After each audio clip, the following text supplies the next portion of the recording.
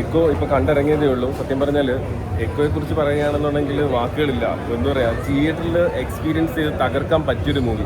കിഷ്കിന്ധ കാണ്ഡത്തിന് ശേഷം ബാഹുലും ദിൻജിത്തും ഒരു പടം ചെയ്യുമ്പോൾ പ്രേക്ഷകൻ അത് കാണാൻ വേണ്ടി വരുമ്പോഴേക്കും അതിൻ്റെ ടെക്നിക്കൽ ക്വാളിറ്റി ആയിക്കോട്ടെ, അതുപോലെ തന്നെ അതിൻ്റെ ആർട്ടിസ്റ്റുകളുടെ പ്രകടനം ആയിക്കോട്ടെ, മൊത്തത്തിൽ എല്ലാ ഡിപ്പാർട്ട്മെൻറ്റും ഒന്നിനൊന്ന് മികവുറ്റ രീതിയിൽ മലയാളത്തിൽ നിന്നുള്ള ഒരു ഇൻ്റർനാഷണൽ സിനിമ ഒരു ക്ലാസ് ലെവലിൽ തന്നെ എടുത്തു വെച്ചിട്ടുണ്ട്.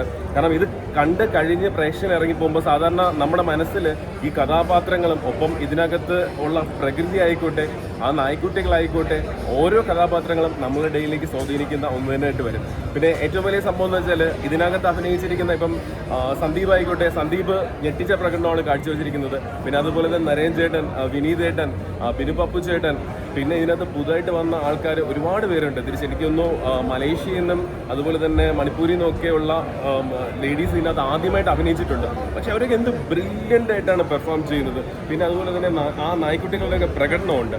ആദ്യം മുതൽ അവസാനം വരെ അവരുടെ ഒരു ബ്രില്യൻ പെർഫോമൻസ് ഉണ്ട്. അപ്പോൾ അവരെയൊക്കെ ടീച്ച് ചെയ്ത് ഈ രീതിയിൽ ഇവർ എത്രമാത്രം കഷ്ടപ്പെട്ടാണ് എടുക്കുന്നുള്ളത് അത് കാണാൻ വേണ്ടി അറിയാം.